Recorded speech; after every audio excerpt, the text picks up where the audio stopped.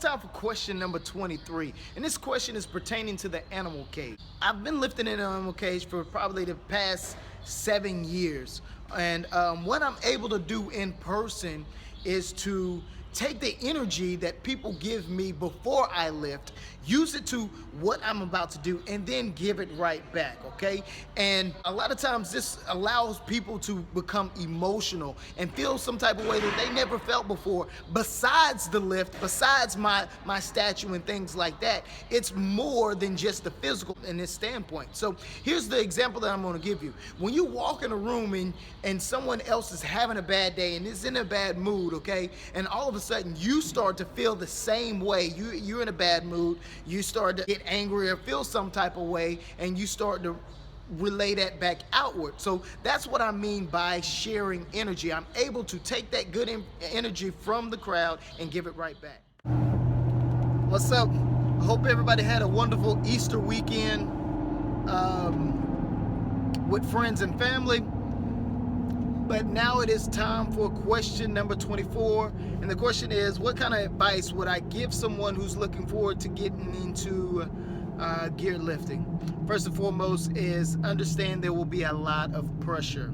With that being said, you're gonna have to learn your suits, learn how to deal with them, and have a great deal of patience.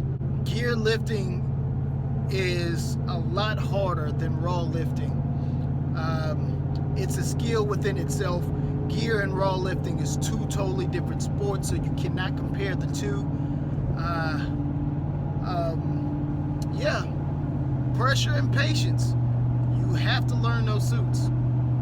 Definitely, it's nothing easy. Later. What's going on? So it's time for question number 25, and the question is, what are my thoughts on a drug-free lifter and a non-drug-free lifter? In our world today, on the physical realm, I see nothing wrong with it because I don't see nothing wrong with it if they're doing it right, if they're having some type of overseer and things like that. But there's nothing wrong with it in that aspect. But if you're not, yes, I see something wrong with it. But also in a deeper standpoint, the way I look at things, I see a lot wrong with it psychologically. That tells me a lot of things about a person, what you can do psychologically and what you can't do psychologically. That tells me how you feel about yourself, what you think about yourself, and how much you worry about what others think. So that's actually my thoughts. What's up? So it's time for question number 26, and the question is, when I'm training and I notice a muscle like the lower back is overstressed, should I hammer it down with accessory work because it's weaker, or should I baby it and utilize my training around it, or use my build my training around it? So here's the thing. Anytime where a muscle is stressed, okay, one, you shouldn't baby it, and two, you definitely should not hammer it down with accessory work, okay? So what's actually going on is an imbalance. So how do you fix an imbalance? You fix the imbalance by utilizing the body as a whole so it can develop all around, so it can be used like it should be used instead of overly or underly. There you go. What's going on, guys? Time for question number 26, and the question is, do we get a coach for powerlifting or do your own coaching? Yes, I say a lot of times you need to learn how to train yourself, listen to your body so you can grow. You learn a lot that way.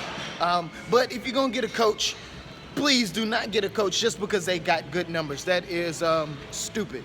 So first thing first is get somebody who's been lifting competitively for at least 6 to 7 years, okay? After that, yes, you want to look at their track record. You want to see if they stay healthy all the time, okay?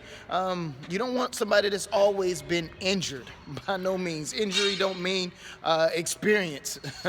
And after that, you want to look at the numbers. Literally, you want to stay healthy because you can't make money if you ain't healthy. Later.